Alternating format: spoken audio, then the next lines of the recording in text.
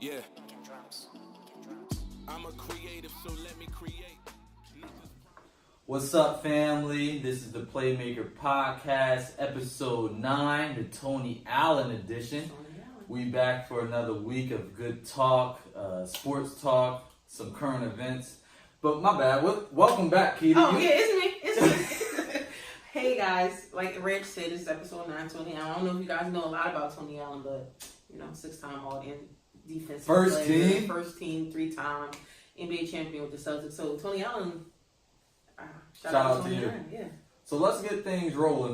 We're going to start off with the Western Conference Finals that's already over. It's been Oh, yeah, that over was for quick. a while now. That was quick. 4-0. Sweep. They call that a sweep. Yeah, Get the we brooms out. was off. What did we say? I'm not going to... I know I didn't have a sweep. Like, listen, Keita. You know, everybody know by now. I'm a hater. I'm a Yes. Warriors hater. Respectfully a Warriors. Yes. He respects everything about the Warriors, but it made it even worse because the Blazers 3 straight games were up 15 plus points, they were. Yes. and you still lose. But that's Every not the kicker. KD Right. didn't play a minute in this series. Not one. He didn't play a minute in the series. So my question is, what you think went wrong?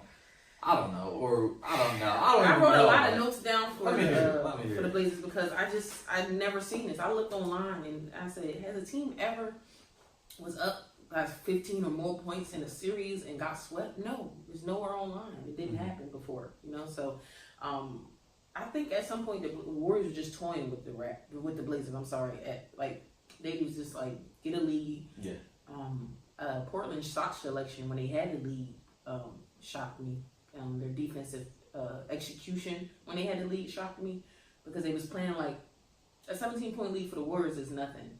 If you're not up 30 on the Warriors, I don't trust your lead, and that's for anybody. So I'm not knocking Portland for having a lead and losing it because that's normally what happens when you play the Warriors. They shoot the three so well that they're never out of the game. But my problem is just the game plan. Mm-hmm. For you to get up 17 and can't close out, I just didn't understand that. Yeah, I was baffled. I don't want to use that word often, but like watching that game, well, the whole series, like, Oh yeah. After game one, I was shocked because Portland they had the momentum in like every game besides game one. Yeah, game one was a blowout, but then 2, 3, and 4, like Portland rolling for 3 quarters or 2.5, 3 quarters. Yep, Then like they 15, game 3. then they just changed the whole way they're playing. Like after the lead, it's like the coach gave you a game plan and it worked, and then you're like, nah, I'm good. I'm gonna just do what I do. A lot of bad shot selection, a lot of shots I don't think guys should have been taking. Dame's health, he didn't look as good, but the defensive game plan that the Warriors had, sometimes it makes players look worse than they are.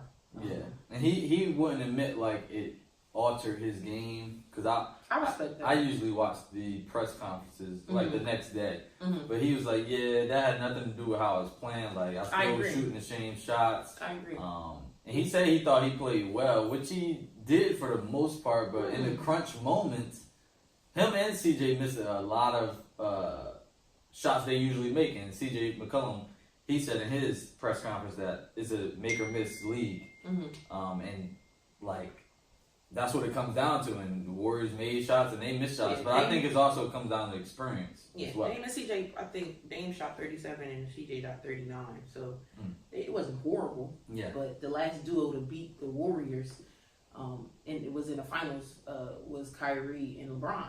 And if you go from Game 5 from 2016, LeBron shot 50%, I think, and then Kyrie shot like 40-something%. So to beat the Warriors, you have to be almost like you're at your all-time game. And it took that Cavs team that has a miracle. Draymond gets suspended. Like if you ain't got nothing like that happening, it's really hard for me to see you beat the Warriors. So I'm hearing they're gonna win the chip. Yeah, I don't think neither team in the East poses the threat unless the Warriors, which I know this won't happen, get super duper lax, which I don't think will happen. I just don't see it. I got a question for you. So, say KD and DeMarcus Cousins comes back. Do you think it won't alter anything? No? Not at all. Not even Cousins coming back. He has no bearing on the series. He had no bearing in the playoffs. No knock on DeMarcus, but he was just getting acclimated to the Warriors system when he got hurt. He was just coming back from the injury he had before. So that he can come back is cool. KD can come back is cool. I'm not saying in the sense that these guys are not talented, but how the Warriors are playing is just okay. Now they're just going to even be more killers. So it's like, oh, thank you for adding more. Yeah. I hope DeMarcus, well, both of them, I hope they come back because this is just good to see for basketball, but just to see if they play the same, they don't play the same way, but I want to see what changes and like, will it alter their flow? No, I think that KD and DeMarcus are two like really professional players, and they both came to the Warriors team knowing that sacrifice is probably one of the things you have to do. So I feel like they'll just fit right in. Listen, I'm a hater, so I want to see something altered. So who do you think will be the best matchup from? We saw last night the Raptors took a 3-2 lead. So who do you feel like is the best matchup? And also, who do you think will win that series? So your first question, who's the best matchup? I'll probably say on paper, you can probably say the Milwaukee Bucks. My issue is you have given the Warriors 10 days off to prepare for a team. So the wall that Giannis is going on right now is just going to be 10 times as worse. And then as the playoffs come, your weaknesses get exposed. That doesn't make you a bad player, but it's just magnified. Anything you can't do is going to be magnified on the playoff stage. So I feel like the things Giannis was so successful in the first 2 games of the series that he's in now, the last 3 games, it's not going to work. Because it's just like, now we know this is what you have to do to score. So now we're stopping it. And if you don't have a second move or a second anything, it's just going to be, you're just going to be running into a brick wall. And that's what I felt he was doing last night against the Raptors. So if I had to pick, it's tough because I don't think neither team could do anything with the Warriors. Kawhi's not 100% healthy. And then I don't think Kawhi has any other player that I would see that I would be like, wow, he can do something. He can be that second player. One player can't beat the Warriors. Ask LeBron James. So I don't think now you have a Kawhi Leonard that we can obviously see not healthy. So either team, I'll just throw a team out there. Okay, say the Raptors win Game 6. I think they'll get swept. Another sweep. Another sweep, absolutely. I don't see the Raptors winning the game if they play the Warriors, and then Kawhi's not healthy. So okay, and they said let's say Kawhi is 85% against the Warriors if they win Game 6. You gonna put your best defender Kawhi? You gonna put him on Steph? So now you gotta run around the court. No, so you can't put him on Steph, who's playing out of this world. He'll probably be on. So you gonna put him on Clay? I don't think they will do that either because you put Lowry on Steph. Okay, bucket. Danny Green on Clay, cool. And then Kawhi just a roamer. Okay. He'll probably guard like Iguodala or yeah. Okay, that's fine. Or maybe Draymond, maybe. But the problem is, but I feel like Kyle Lowry hasn't been playing consistent enough for me to trust his offense and make Steph Curry work a little bit.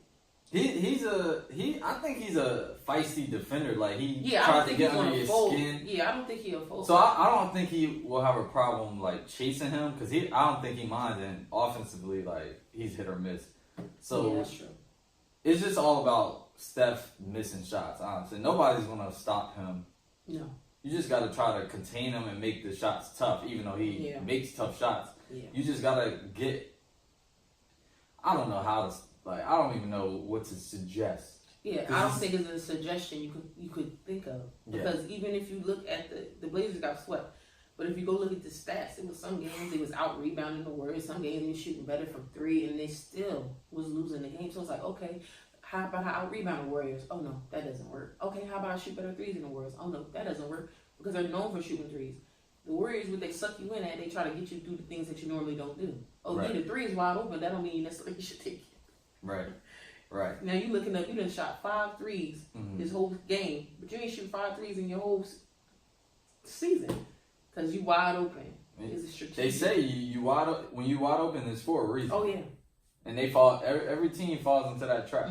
Dame wasn't healthy. I know he's not going to use that as an excuse. If he was healthy, I don't think it would have changed anything because of the defense that they were playing on him and CJ. Like I said before, the last guards to beat. the Warriors were Kyrie and LeBron. LeBron had to shoot over 60% from the field, and then Kyrie had to shoot over 50. So you're saying you almost have to have one of your guys be almost over perfect, and then the other guy be almost over perfect to beat the Warriors, and you have to have other things happen also. So I don't think none of those things that happened years ago when the Warriors lost is going to be happening this year. Draymond's not going to get suspended. He's nowhere near the tech threshold. Steph Curry's not going to play as bad as he played in those last couple games years ago. That's just not his makeup anymore. Mm-hmm. And they have KD in the pocket anytime they want to. KD in the pocket. Yeah. KD doesn't have to play. You can come back if we need you. They got. Oh, it's more so for KD's legacy. We'll talk about that more. It's tough. I got the Warriors sweeping either team. All right, so we already know how we feel about that. How about Game 6 though? What do you think is going to happen with the Toronto and Milwaukee Game 6? Drake back in the building. Yeah, it's tough because did the Raptors like give all their energy into that game? Like, will they come out sluggish, or will that crowd and Drake and all that be enough juice? And I think it could be. You have one game to get to the NBA Finals. You got to think a lot of players don't get to the NBA Finals in their whole career, so that alone could just hype you up. Yeah. You know, so it's tough. I don't think it's hard for me to see the Bucks losing 4 straight. But it is possible. They just done it. They just did it to Celtics. I think it's very possible because I think they figured out a way to stop Giannis. And not necessarily stop him because he's still going to get his numbers. But, like, in crunch time, especially, like, Game 5, they put up the wall. Mm-hmm. And he runs right into it. Like, I'm not sure what he sees or what he thinks is going to happen. Like, either he runs right into it, and turns it over, and or he takes a really bad shot that he hasn't probably practiced or worked. Step back jumpers on Kawhi. Like, it was an air ball. Because when you do something in the game that you never work on, it looks abnormal to us because we know you haven't worked on it. Right. Now, if Giannis works on that in the offseason, which I know he will, then. Mm-hmm. But that wall is, we know, like. At some point in the playoffs, like I said, your weaknesses get exposed, and that doesn't make you a bad player. It just says if you don't got a A, a B, a C, because they're gonna stop you at A. Yeah. If you're a super duper superstar player, it just happens. Kobe, not Michael Jordan. He on a different. Yeah, or even Kobe. Yeah, but Kobe has so many different. It's not noticeable. But I feel like they definitely, and Giannis is like the engine for the Bucks, and when he's not playing well, it feels like it's a domino effect to everybody. I think for Toronto, their biggest strengths right now are their bench. Norman Powell came off the bench, hitting threes. Fred Van Fleet, I think his last name is. He hit 7 threes last night, and he actually the last 2 games he's probably hit 10 threes total. Yeah, and he just had they were saying like he just had his son was born recently, so that's like extra motivation, and now he's hitting shots. So I think their bench, more so than anything, besides Kawhi. Yeah, Game 4, the Raptors bench had 48 points. Okay. So they played very well, and if they can keep that up, then it's curtains for the Bucks, because the Bucks all they had is Middleton. Middleton had 30 in Game 4, so it's like, man, Middleton played very well, shot 11 for 15.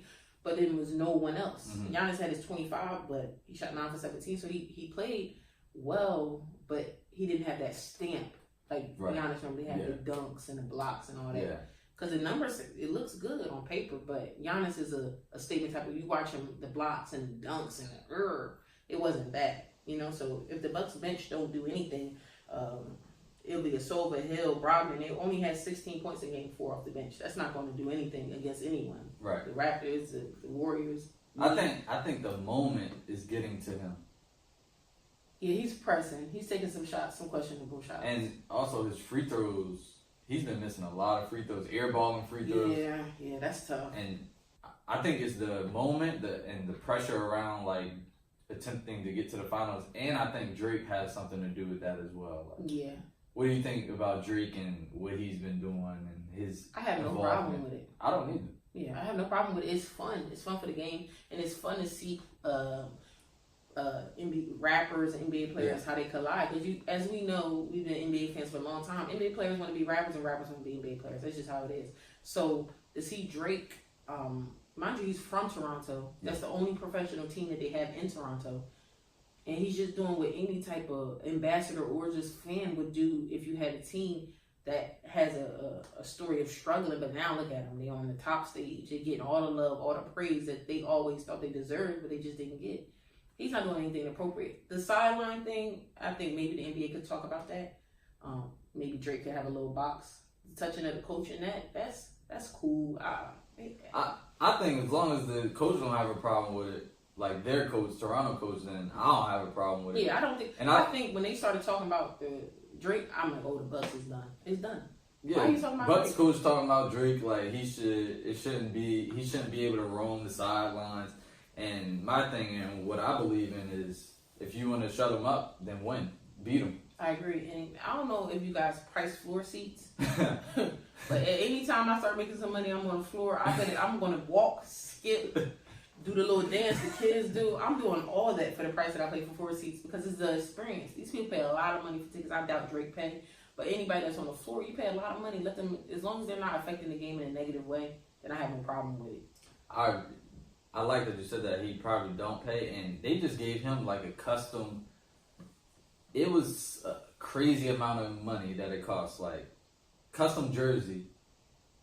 Nah, I'm gonna get back to y'all. I think it was like 800,000 maybe. Probably because Drake or 80,000, one or the other. Yeah, it's still a lot. 800,000 way different than 80,000, but I'm like, what do you need with that?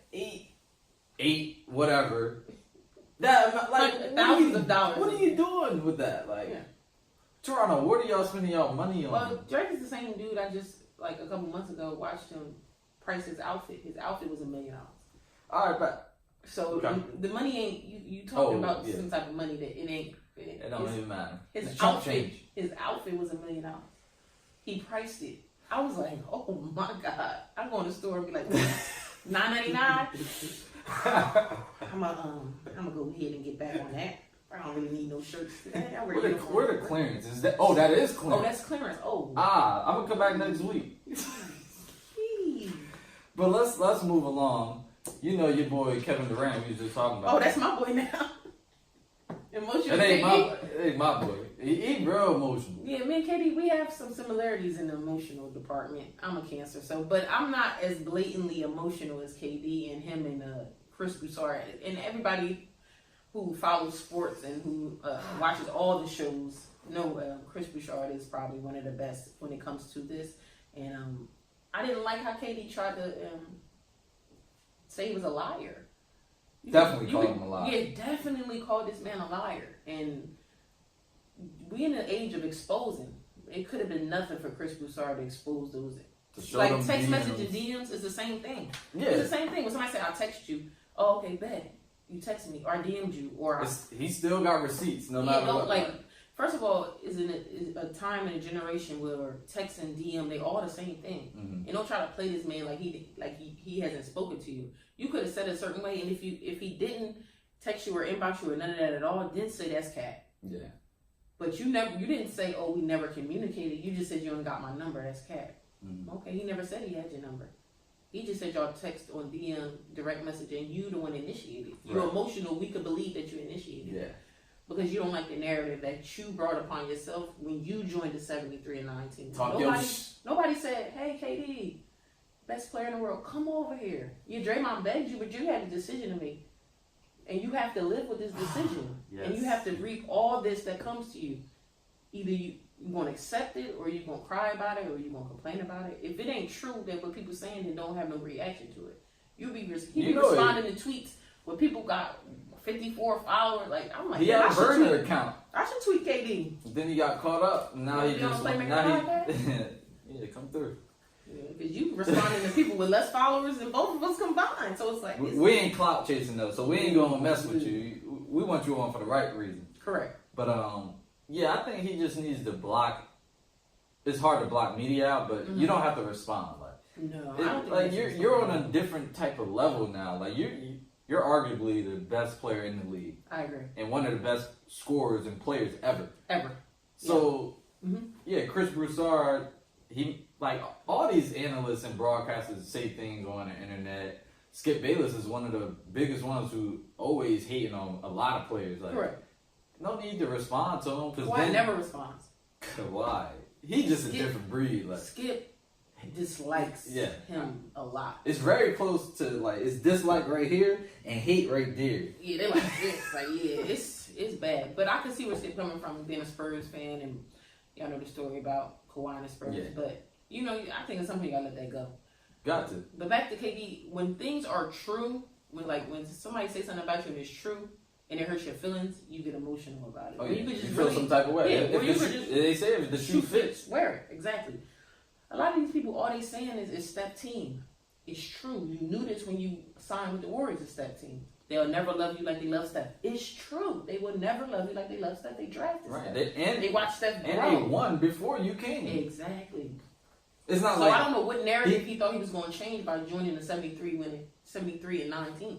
What narrative? You could win Finals MVP for the rest of the duration. And that's why he's out of there, I believe. If they win the Finals without him, he's definitely out of there. If you want to be one of the top players, you already are, but like the top of the top players, you have to go somewhere else and win with that team that you go to. Correct. Which is probably, it's a couple teams they talk about: Brooklyn, New York, and Clippers, not the Lakers. So Brooklyn, New York, and Clippers probably. Okay. If you win at any of those places, you top 3. Yeah. If he could win at any of those places, and like, I'm talking about win, like the same pressure they had on LeBron to win in Miami is the same pressure. But it won't be that type of pressure because you joined a team that's already established and already won. And so that's why when LeBron went back to Cleveland and won that championship, when he went back, that was a big time win for his legacy. It was a big time win for his legacy. But who knew that it would change the dynamic of the NBA? Because no team has beat the Warriors since. Yeah, and that was the reason why Draymond was in the car calling KD. On the phone. LeBron was celebrating, never knew what he really did. You done messed the league up by winning. Draymond in the car called KD, and it ain't been the same since. Yo, bro. 5 straight finals they've been to. We need you. 5 straight. Steve Kerr, the only coach in NBA history to go to the finals his first 5 seasons. Steve. Don't. You about to go ahead. Steve Kerr, like, Go ahead. I'm not gonna say he's not a good coach, but like, Mark Jackson groomed that team. Okay. And then I'm not saying he didn't change schemes and game plans and all that, but Mark Jackson groomed them, got fired when they had a winning season, was starting to win, bring in Steve Kerr, and now they win. The rest is history. I just don't know how to feel about Steve Kerr, but 5 respect. I respect that. Yeah, like we always say, I'm a respectful leader. Yes, 5 straight finals, first 5 seasons in the NBA as a head coach. That's remarkable in itself. And they about to win another one. Oh yeah, they definitely about to win another one. Yep. I can't even. We didn't talk about the NBA first teams. It's just too much, too many snubs, too much. But Clay not getting on any of the first teams cost him the Supermax. Yeah, it's $30 million. Yes, it did. It did. So cost him the Supermax. Who else? It was one other person that it cost. Bradley Beal. Him and Bradley both didn't make it.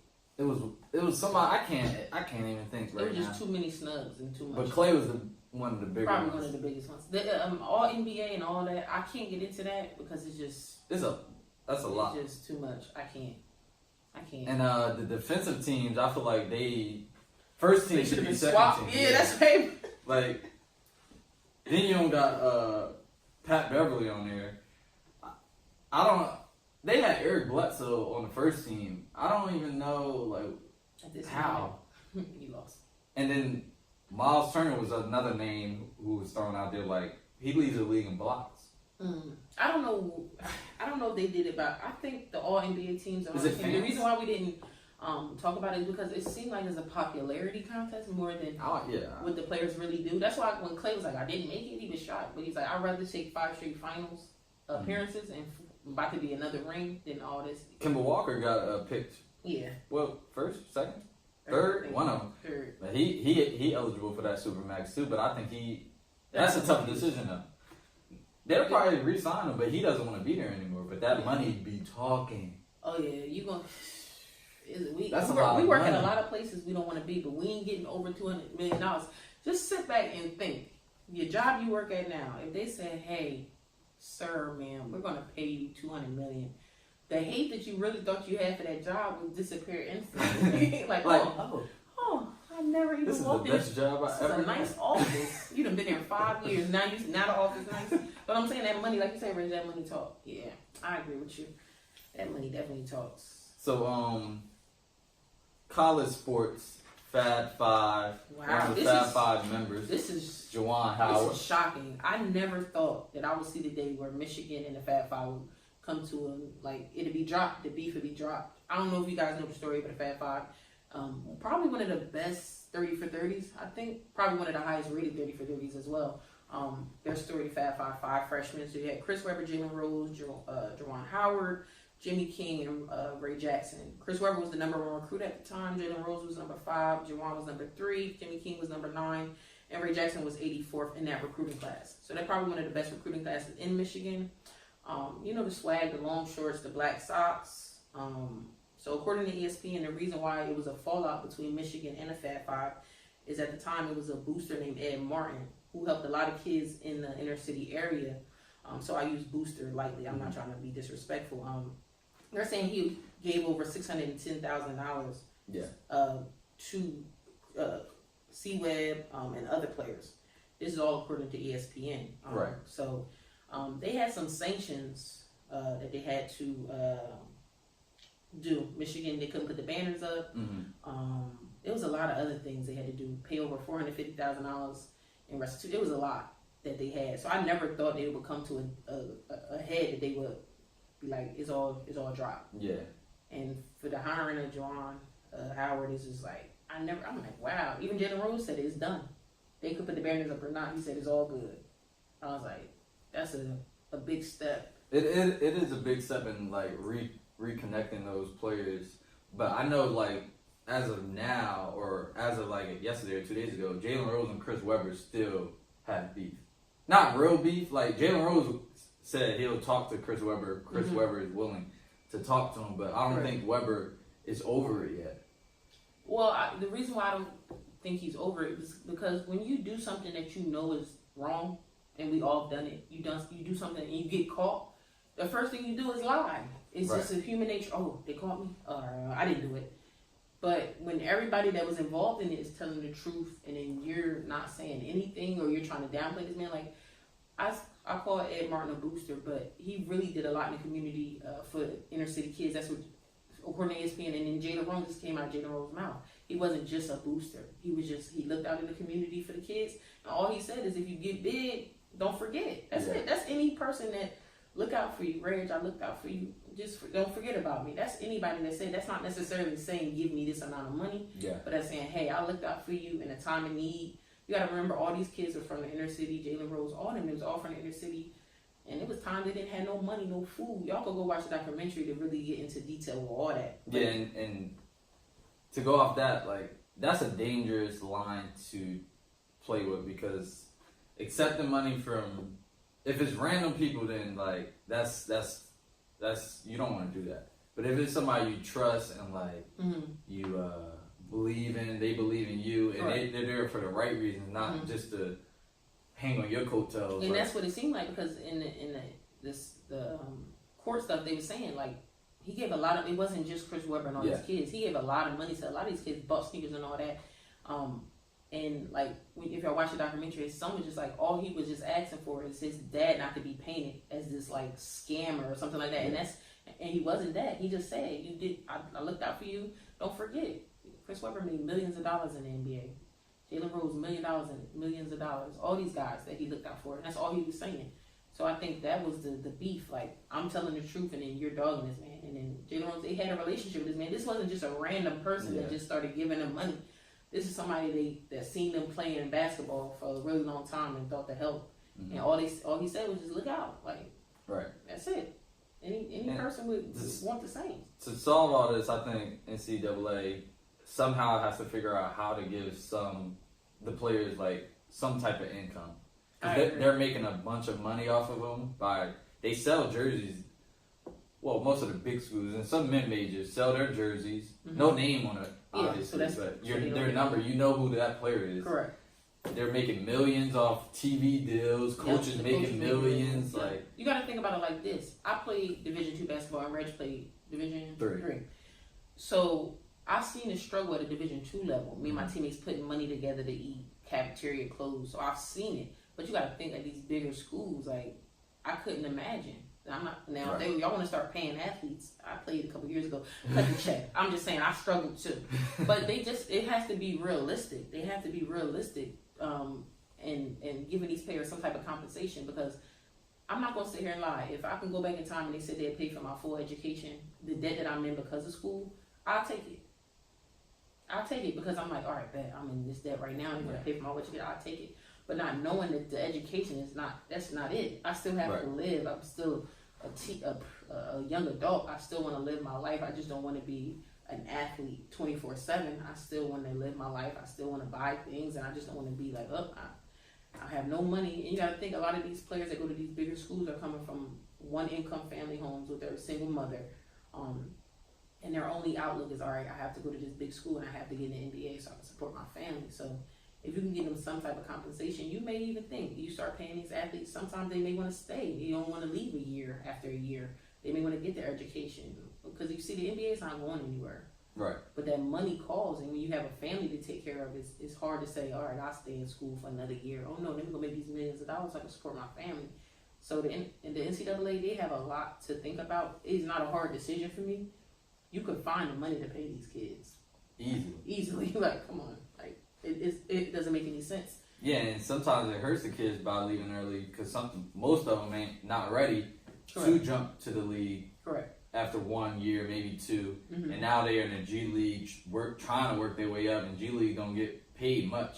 Correct. But they got that NBA dream, so they stand in the G League for multiple years, and it may not lead them to the NBA. Correct. Whereas I think most people, they fall in love, and it's not a problem, but they fall in love with trying to make the NBA. But if you're worried about yourself and you're living in your family, mm-hmm. overseas is not a bad look, because they pay well in the right places. Overseas is not a bad look, and then you got to think about it. If the NCAA can come up with some type of solution to pay these athletes, then now they're thinking about staying, because now they're saying, okay, if I stay in school, now I can think about something else I wanted to do. So, okay, my shot to make the NBA, these people that work you out, that pay all this money, ask them to be honest with you. They could let you know your shot. What is it? What can I work on? Is it the likelihood that I'm going to get in the NBA, or I need some more years? If they're saying you need some more years, why not stay in school and get you a degree and open a business and have some other type of income? Because the NBA, I didn't pull up the stats, but the likelihood of anybody getting in the NBA is so hard, you know? It's like below 10% or something. Correct. And I'm not saying give up on your dreams. I'm never saying that. But what I'm saying is you also have to have a backup plan. Yeah. I know a lot of people say, oh, no backup plan. Well, those people are probably already like established. You get what I'm saying? But you should have a backup plan and something that you enjoy. I'm not saying give up on sports all around, but you never know. You may have a passion to coach. You may have a passion to do personal workouts, or anything that you have learned through your struggles of trying to get to the NBA or trying to be on a professional level. And now you can give that back to the community. So now you working for something, you know? That's always something to think about. Yeah, but like we said at the top of this topic, just shout out to Juwan Howard on getting that job at Michigan. I know they're excited. I know he's excited, and I know he's going to get some good players in there, some good recruits. I would definitely, if I had a son that wanted to play basketball, Juwan Howard come sit down in my house, I'd probably be really thankful. Yeah, he's been a really good assistant coach for the Miami Heat. Yep. He's been a professional. All his and he seems like he's a player's coach. Like and he's also a player, so that even helps even more, because he knows what they go through exactly and what their background may be. And then he played with one of the best players, LeBron. So and D Wade. So it's like, who wouldn't want to play for Michigan? And I probably within a year, Michigan probably these next couple of years they're going to probably have one of the best recruiting classes, because now you have one of the Fab Five members back in Michigan. and just to bring that culture back, it's just going to be amazing to see. So shout out to Michigan, shout out to Juwan Howard. That's a good look. Yeah, and real quick before we switch it up, that's how Penny Hardaway was for Memphis. He's at Memphis this year, and this upcoming class, he's got the #1 recruiting class. Correct. Yep. I feel like Juwan Howard's going to be the same. Yeah, I agree. 100%. So let's switch gears. What we got, Keita? So, Robert F. Smith, he recently, he did what's the speech called when they do the speech? It's been a minute since I graduated college. You know that speech? Yeah, the speech. Yep, that one. That one. So he paid off the debt for the men at Morehouse. And I just wanted to touch on that because student loan debt. It's real. Oh, yeah, it's real. It is something that is plaguing a lot of people, including myself. I'm one of them. And Reg. It's honestly like a black cloud because you don't know the implications of when you start signing up for the student loans. You really just want to graduate college. You want to make your family proud. You want to make yourself proud. But when you don't know and you haven't done the research, it can come back to bite you, and it comes back to bite you really, really hard because once you out of school, they want that money, and they want it quick, they want it in a hurry, and they want a big amount of it. They're not really trying to work with you, depending on which student loan people you have. So, according to Forbes, probably it says 44 million borrowers who collected over $1.5 trillion in student loan debt alone in 2019.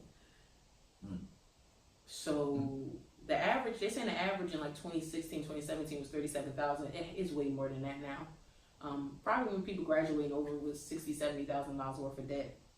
And so what Robert F. Smith did, he really just blessed a lot of people, but it goes to show you that everybody doesn't have that blessing. So if you have any like kids around you that's in like high school or middle school, and the mistakes that I've made, now I can tell my cousins and my family members that's going to college. I just didn't know. I wasn't educated that they want this money back. It's not like borrowing money from your mom. These people want their money back, and I understand that, but it's really aggressive, and it really can take a toll on you. So what I would say to people that's in student loan debt or people that's going into college, look at grants, look at going to maybe community college, and make sure you're ready. Because this debt is going to follow you forever, right? Unless you get a job and you can make the means to pay. But yeah, I think my bad. But I think a lot of us, we don't attack the student loans right away. We defer it, we hold off on it, and that's just adding on to your student loans with the interest. So I think if possible, like put some money. Save money, so budget and pay little by little, whatever you can. You can pay on a like they go by your income. Yeah. They have income-driven payment plans. So whatever you make, they'll base it off of that, and you make that payment every month. Correct. Whereas if you put it on hold, it's just adding to the not to get too personal, but So I've had loans on deferment for some time now, and the interest that I done accrued. Is probably at least over $4,000, and that's only in the last 4 or 5 years. So what I'm saying is, if you have the means to pay some type of interest, pay even $25 a month, and say it's going straight to my interest, because it's just in the long run it's going to hurt you even more. And student loan debt. I really don't like to talk about it because I just get so disappointed in myself because I'm like, man, I just didn't know. You can't just get mad at yourself, but I'm just like, man, I really wish I knew. What I was really getting myself into. Am I disappointed in graduating from college? No, because that's one of the best accomplishments I ever did. But do I wish I was more educated? Yes. And I feel like in the future, me and Rich probably get somebody that knows about student loan debt. But I think this is a really important topic that a lot of people need to know about. Not even just students, parents. And I feel like that's probably where the mistake lied. My parents didn't know a lot about student loan debt. So they didn't know. So then I didn't know. So I don't know. We're all walking into it blind. Yeah, you look at the student loan debt that you have and you think back, like, when did I sign for this? At some point you signed a paper that's saying you want to pay for college.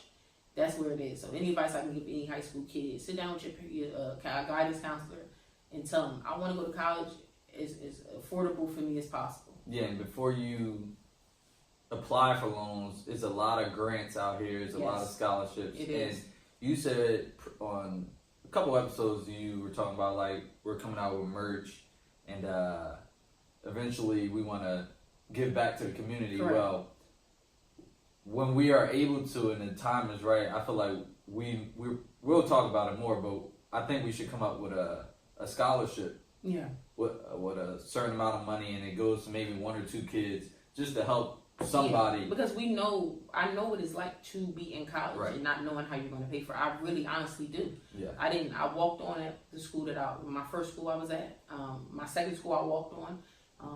It was just more so a lot of pressure because my parents paid for me to go to high school. So it was more so pressure within myself. My parents just didn't mind. If I went to a community college, they would have been proud of me either way. But it's just pressure I had within myself. So I would say, if you honestly know the type of student you are, so you're getting B's and C's right now, which is not horrible, but you know you can push yourself and get better. Why not go to community college and prepare yourself? Why not maybe take a year off? But you got to know yourself. I'm not the type of person that could have took a year off of college. I wouldn't have finished. That's me. But sometimes some people are motivated, you know? So you could take the year off, work, and do that. But you got to know yourself. So I wouldn't say take a year off. You're the type of person that's going to get money and then stop going to school, which is not a problem if you get the type of money that's going to be able to work for you. You open a business, something like that. That's not a problem. Is college the end all be all? No, I wouldn't say that. But education is important. Yeah, right. And shout out to Robert F. Smith again for that was amazing. What just he did. Blessing those men, the class of 2019, by paying off their debt. He's a billionaire, so he obviously has the means, but he didn't have to do that. No, he didn't have to do that. He did that out of the kindness of his heart.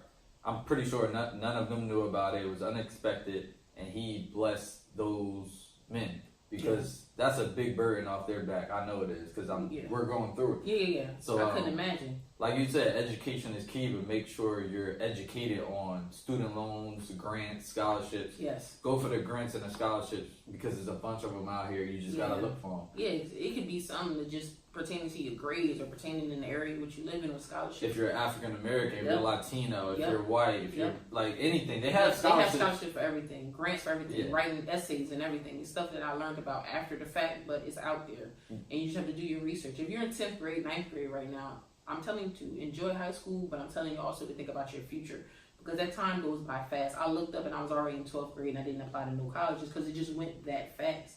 You just joking around, you laughing and joking, and then you look up and you're in 12th grade and you're like, man, what do I want to do? So the best advice I can give you in your 9th and 8th grade, 9th, 10th grade, even 8th grade, I would say, you kind of at this point know what you want to do with your life. So kind of like geared to that. Get your grades up. I'm telling you, the money they give for good grades, I messed the hustle up. Academic scholarships. Yeah, I messed up. If I knew that the money they was giving for you to just focus and do what you're supposed to do, like, that's just common sense. But you live and you learn. So all the experience me and Reggie got, we'll get to that point definitely to just give, even if you could help with some books, because that's expensive.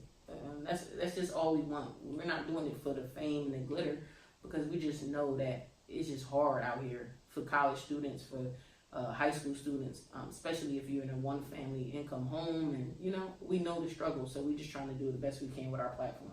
Yeah, and speaking of high school, Oprah just also did a good deed in New Jersey, Newark, New Jersey. Yep, she getting money to the principal. Akbar Cook. Yep, he has the Lights Out program, or is it Lights Out? Yeah, Lights Out. Yeah, because there's a lot of gun violence in Newark, New Jersey. Predominantly in a certain time frame, so that's where he did the program for the kids, so they could be there at nighttime and play video games, do their homework, and just feel safe. And for Oprah to do that and listen to his story, he's also on the Ellen Show. If you guys want to check that out, he just understood a point where it was just prevalent that they needed something, so he came up with this, and now people are donating money, and it's a really good look, because I know our communities they talk about the gun violence and stuff a lot, which I'm not saying they shouldn't, but there's a lot of good that people are trying to do to stop that, and if we put a light on that, then that maybe could help, help a lot of people, and it came from genuine love from him. I'm pretty sure he didn't do what he doing based off of, I'm trying to, hopefully I get on the Ellen Show, or Oprah donates, or somebody donates. He was doing it out of the, I guess, from his heart. Like that's what he wanted to do. A lot of students. Yeah. So you could imagine when you have that. If you guys ever work with children, like you do build a bond with kids and stuff like that, and then for them to be taken away from you, it probably just ignited something in him, and he started just programming. It's just amazing that this program is helping a lot of kids, and Oprah saw that, and I know he's going to use that money for good for these kids, and it's just a really, really good look. So shout out to the Newark, New Jersey area. Shout out to him. Shout out to Oprah, because that's a really good look. Like me and Reg said, these people, they have a lot of money, Oprah, Robert F. Smith, but they don't have to do this. Yeah. They don't have to donate this money. They don't have to do it. You get what I'm saying? They choose to do this from the kindness of their heart, and they know that it's going to be paid forward. So that's a good look. Right, and Principal Akbar, we didn't mention the high school, Westside High School in Newark. Okay. This is just setting an example for schools in these predominantly black and crime-infested areas where we said lights out, it's lights on. We're sorry about that. But with this lights on program, Friday nights, they can stay there till 11, like you said. They play video games, play pool, just hang out. He has food for them. And also in the summertime, I saw that it's going to be 3 nights a week. Oh, that's awesome. Over the summer. So same program where they can hang out and just embrace each other and not be... And most of them probably not even like in gangs or any of that activity, but you're around it. Yeah, when you have nothing to do, we bullets all don't been have young their name before. on it. Exactly, but we all been young before. You don't have anything to do and you're bored. Sometimes you do things you're not supposed to do, you know? Right. But if you have somewhere to go and you can hang out with your friends, you talk to your friends, you play video games, and you can feel safe, then your thoughts not on doing nothing wrong because you feel good, you feel safe. You know? Yeah. So shout out to Principal Akbar Cook, Westside High School in Newark, New Jersey. Hopefully he sets an example for principals in Trenton, principals in Camden, and all the crime-infested cities in America, honestly. Yeah, this is a really good look. You don't have to do it as just one night. And start off with one night out the week, or Friday or Saturday, and follow his plan, and then see where it goes, because you're saving kids' lives by doing that. I agree. So shout out to Principal Akbar. I agree. Oprah, Robert F. Smith, but it's time to name our Playmaker. We got our first female Playmaker of the week, guys, and me and Reg went to school with a lot of people, a lot of successful people out there. Man, TCA, man. Yeah, another breed greatness. Another TCA alum, a good friend of mine.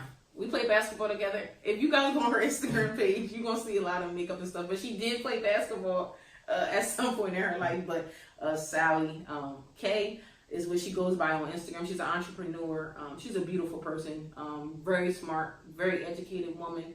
I had the pleasure of going to high school with her, and now I have the pleasure of seeing her grow into an amazing entrepreneur, an amazing person. She has a beauty line, which we have right here, guys. So you can go on her rose butter. It's a rose. Go ahead and smell it. Natural oil. Go ahead and smell it. I'll be putting that on my neck. I got a little eczema on my neck. Okay. Yeah, so she got a little beauty butter, guys. So you can go on her IG. All natural oils. All natural, guys. So you can go on her IG. It's rooted ROOT. Wait, hold up. I want to get it right. Let me go right down there real quick. Yeah, get that right, because I got my guy on the first Playmaker of the week. I got his name wrong. So. Oh yeah, we gonna get it right. Hold up. Let me hold up. Stand by, guys. I just want to make sure. Oh yeah, so ROOTED RADIANT. That's the Instagram. So go on Instagram. Go on Instagram. That's her personal page. Yeah, that's her Instagram page. Go on there. So she has an event coming up for young girls. So that's the main thing that caught my eye, because I do have a younger sister, and it's not a lot of positive things that I can push her into the direction. So I saw this and I'm like, bet, I want to support this. So it's called She Thrives. It's a sisterhood mentorship program. So it's talk about relationships, identity, encouragement. So it's a really, really good look for girls that are 14 to 22. Let me just go into detail to give you guys more information. I have it on my phone. I apologize. And while she's looking, sorry about that. Follow her makeup and beauty page, Rooted Radiant. Same way you spell it, beauty. Rooted Radiant Beauty. And just check her out. Order some product and just support.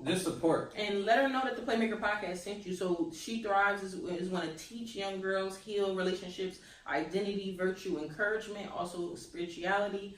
And it's a faith-based mentorship program for young girls from 14 to 17 and 18 to 22. The mission is to create judgment-free, safe space for young girls to unwind, unpack mentally and emotionally, guys. This is a really good look. You know, there's not a lot of positive things for young girls to do.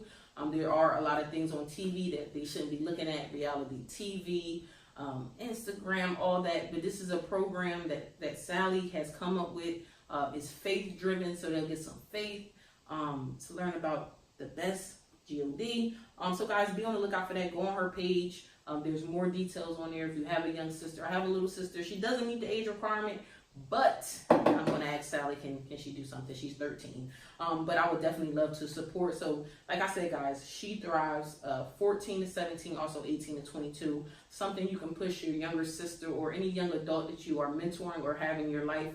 Push them into the right direction. And this is a really, really good look. So, Sally, from the Playmaker podcast, guys, ma'am, you are the Playmaker of the week. I love your vision. I love what you stand for. And I'm going to support 100%. So like Reg said, go get some beauty products for your girlfriend, your wife. Stay moisturized. And also, if you have a young girl that you're mentoring, a little sister, guys, this program, She Thrives, is going to be really big. And I honestly think that this is the right step in the right direction for self-love for these young girls. There's a lot out here. And I feel like this program would definitely show them that you have to have self-love in yourself. And once you have that, all else is sky's the limit. Once again, shout out to you, Sally. You the Playmaker of the week, baby. You did it. You'll be on our website. We'll shout you out on our Instagram. And dang, website. It's funny you mentioned the website. Hey guys, the Playmaker podcast. We have our own website, guys. We're working. We're grinding. So guys, you be on your phone a lot. I know you be on your phone a lot. You be searching a lot. But why not search your family? Somebody that you rock with, somebody that you support, somebody that you know personally. Go on www.theplaymakerpodcast.com, guys. Look at it. We got a website, guys. We're here. We got everything, guys. You can go. You go home. You go. Go ahead. Go home. Home page. That's look. You can listen to previous episodes. You scroll over. You got Apple. You got Spotify. You got Google Play. Y'all have these on your phones. You have the Playmaker Podcast Instagram on here where you can click on it right from there and go to it. You know. All this is motivation. Playmaker of the week will be right here. Shout out to our last week's Playmaker of the week, Mark. Different. Go ahead and support him. Hoodie's dropping, you know. We didn't get to it yet, but we got our Get Right segment. This is what we talked about last week, guys. So I was on vacation last week, and it didn't stop me from us dropping the episode. Right. So I just put last week, go on vacation, travel. And I had be the best version of yourself. And then you got the About section where you can check us out, our background. And we'll probably do an episode if you guys really want to know more like personal stories about us. We don't know if you guys are interested in that. So slide in our DMs if you guys want to know a story time about how me and Reg met. And also our journey to get to this point of being podcasters. Yes. So let us know if you want to know that. So, like we said, when we say click the link in our bio, it's not going to be that one we have now. It's going to be it's going to be the website now. The Playmaker www.theplaymakerpodcast.com. Yes. You're going to have everything you need from past episodes, past Playmakers of the week. Yep. Our merchandise will be on there. And you can put your own Playmaker of the week in there. Yes, you can submit your own at the bottom of every page on the website. And you submit your own. Let us know why you think they should be the Playmaker. Merchandise will be on there. Merchandise will be in next week. Correct. We're going to do a pre-order so we can just gauge how many people interested, and maybe we need to order more. But we got some big things going on. Yes, some interviews set up. Yeah. So like me and Reg always like to say, guys, if we're on other people's platform, we like to support you. So if you have a clothing line, a clothing brand, or anything you would like us to wear, send us the link in our bios, Reg, at the Playmaker Podcast. And you can send it to me, Queen Keita 14. And guys, we purchase merch. We're not asking for it for free. We want to support you like you support us. And we will wear your merch because we know that you guys' stories are amazing. We don't want to do research, but we'll wear your merch. We'll tag you, we'll support you, and we just ask you to do the same in return. And before we wrap up this episode, we got to get right. Oh yeah, it's definitely time to get right, guys. So, I'm going to hit it to you, Reg. Woo! Alright, bet. So, I woke up this morning early, like 4 a.m., because we had to take my girlfriend's sister to the airport and whatnot. Okay. So I didn't get much sleep, but I woke up like, and you said travel last week, but just appreciate the time you have with family and like even like just riding on it on the way to the airport. We were just talking about anything, but just having a good time, talking to them, appreciating their presence, that they're still here, because a lot of our family members pass on before we can even really tell them how we really feel. Just we said in the past episodes, but tell your family you love them, tell your friends you love them, because nobody's here forever. So you just gotta appreciate your family, appreciate your friends, your close friends, the people who support you. We may not even know people, like people that support the podcast that I don't know. I appreciate them though, so I let them know when they reach out and say I appreciate your podcast, what you're doing for the community, what you're trying to do. Just appreciate those people who appreciate you, because they're not gonna be here forever, and you just have to love people, because you wasting energy by just hating people, disliking people. That takes up too much energy. It's not moving us forward. It's not pushing us forward. Correct. To piggyback off Reg before I get into mine, what he's saying by spend time with your family is, this is not spending time with your family. This is not spending time with your family. This is not spending time with your family. Put your phone down and spend time with your family and talk to people. Like Ray said, you lose people. In these couple months alone, I done lost 2 people that meant the world to me. You know what I'm saying? So, like Ray said, talk to people. Losing those 2 people made me get closer to on a more closer level with my mom and my dad. My dad just moved to Florida, and our relationship, I prayed about this. Now we was getting closer. He moved to Florida, but that didn't stop anything. We had FaceTime. I could fly out to see him. My sister down there, I was able to get close with her. So now every morning we like try to beat each other to text each other good morning, because that's we trying to bond, we trying to build a relationship with each other, and it's awesome. So to piggyback off what Red said, spend time with your family in the moment. Your phone, not your phone. I'm telling you, this phone is really gonna get you caught up. You're gonna lose. They say we lose a lot of our lives on these phones. Like, I'm telling you, I'm not no expert on phones, but give yourself one day a week to turn your phone off. I'm telling you, I've done it. It's nice. It's really nice, because you're just really in a moment. You're having conversations with people. And this happened to me. Like Ray said, spend time. My boyfriend was talking to me, having a conversation with me. I'm on my phone, real rude, very rude. And he called me out on it. I was like, what? I didn't do nothing wrong. But that's rude. When somebody's talking to you and you're on your phone, that's rude. You have to live and enjoy people's company. That phone is going to be there. That's disrespectful. So, Reg, I agree with you 100%. My get right, it's tough. I probably have to say, staying consistent in your journey. And what I mean by that is, it's tough. This podcasting stuff is tough. I see a lot of people succeeding at it, and I'm looking and I'm like, you want to speed up your journey. You know, you want to speed it up. I'm like, man, we got good content. We should be here. No, God got a plan for us. And we have our own journey that we're going to get to, because we're staying in our own path and we're genuine about what we want to do. So don't rush your journey because you want to get the outcome of somebody else, because you don't know what they've been through to get that outcome. Right. So you want to be an NBA player, you just want to skip everything and just be the NBA player, right? No, it doesn't work like that. You know, you have to put in time and work. So I'm becoming more aware that if I want this podcast to be successful, I have to stay on myself. So instead of being on my phone looking at BS, I need to be looking at stats. I need to be looking at things I want to talk about, or things me and Rage want to talk about, or things that can help the podcast and help the brand. Because one of the hardest things I realized when you're like trying to brand yourself or brand with a team, it's like, wow, like I never knew how difficult it was. You see people, like I have a lot of friends, shout out to Fan Favorite, that's my dog. And I've seen her for years, like brand herself. And I'm like, man, like it seemed easy, but it's not. It's not easy at all, you know? So when you're trying to like promote yourself, that's probably one of the hardest things this year I was able to think about. Like, man, people like me and people bump with me, but really do they support me? And that's just the, excuse me, I'm just being honest. Like, you rock with me, support me. You know, so I probably have to say, don't rush your journey, because it's your journey. You'll get to your destination, and your destination is already set. God already have our destination set for us. He just wants us to follow the path and stay consistent and do what we have to do. So I'll probably just say, don't rush anything that you're doing, because you have the finish line is going to be there, but don't rush to get there, because what if you get there and you're not ready and you skipped all these steps to get there? and then now you got there and you're not ready, you're not prepared. Right.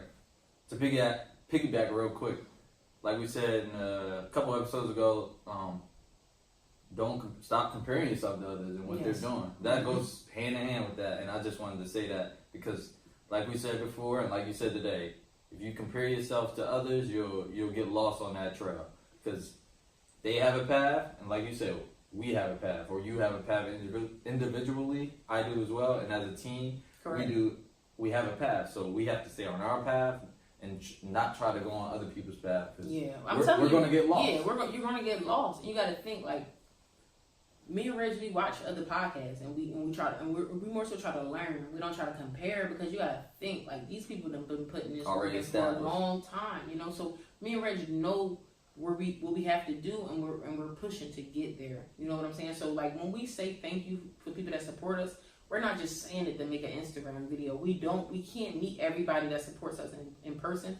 So Instagram and social media is the way. But when we say thank you, we really genuinely mean thank you because this is not easy to do. Me and Reg both work 9 to 5 jobs. We both have lives, but this is something that we really want to do, and now we're pushing each other to do it. Like if you guys go back and listen to our first episode now, you can see the growth and you can see the maturity and the seriousness that we take this. I don't talk about stats just to talk about it. I want people to really be able to take me serious, and when I'm talking about sports, I'm talking about my craft, you know. So I'm taking it serious, and I hope that you guys know that we're taking it serious. And when we say thank you, and we say thank you for your support, we truly mean it. Right. So guys.